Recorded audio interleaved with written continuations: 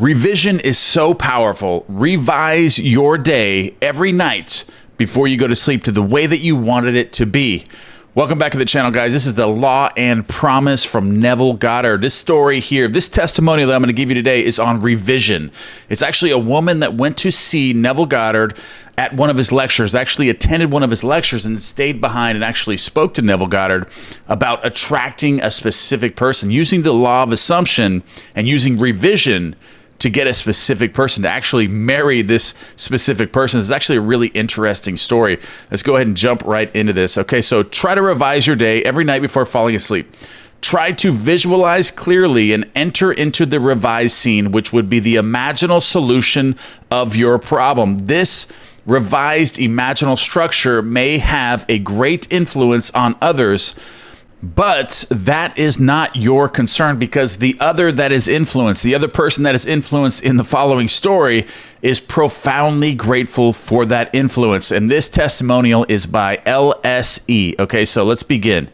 Last August, while on a blind date, I met the man I wanted to marry. So she, in August, went on a blind date and met a guy that she absolutely loved, okay? Loved everything about her. This happens sometimes, she says, and it happened to me.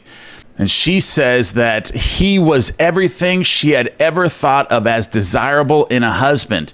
2 days after this enchanted evening, it was necessary for me to change my place of residence because of my work. And that same week, the mutual friend who had introduced me to this man moved away from the city. I realized that the man I had met probably didn't even know my address, and frankly, I was not even sure he knew my name.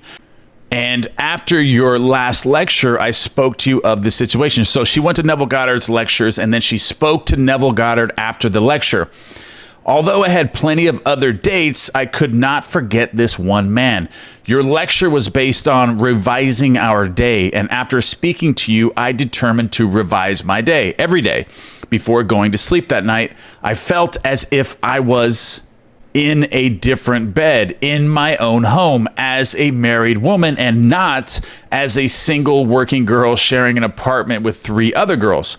I twisted an imaginary wedding band on my imaginary left hand, saying over and over to myself, "This is wonderful. This is wonderful. I really am Mrs. J.E."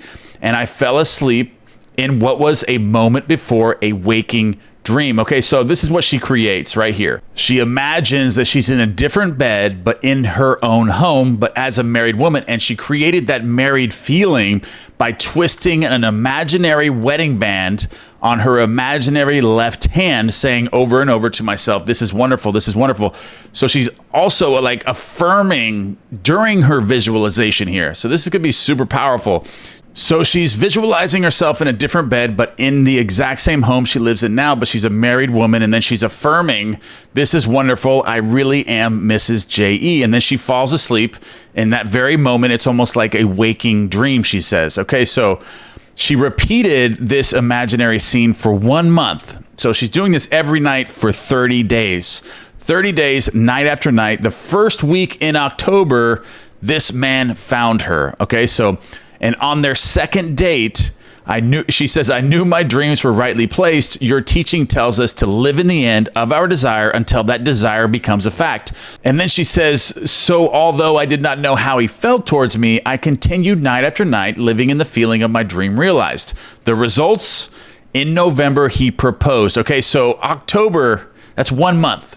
So this guy didn't even know who she was, barely even knew her name. And then by November, within a month, after she had already spent a month visualizing and affirming, it only took a month for this guy to propose to her. So in January, we announced our engagement, and the following May, we were married. The loveliest part of it all, however, is that I am happier than I have ever dreamed possible, and I know in my heart he is too. Mrs. J.E.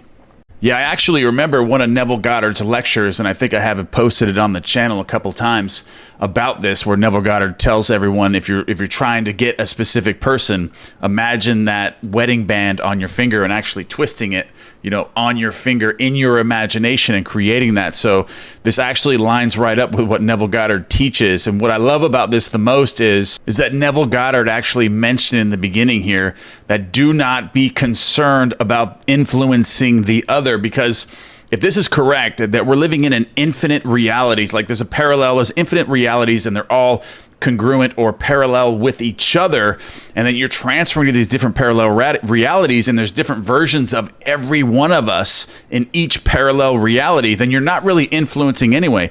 You're actually living in a world, and you're just moving to that parallel reality where that person is actually with you.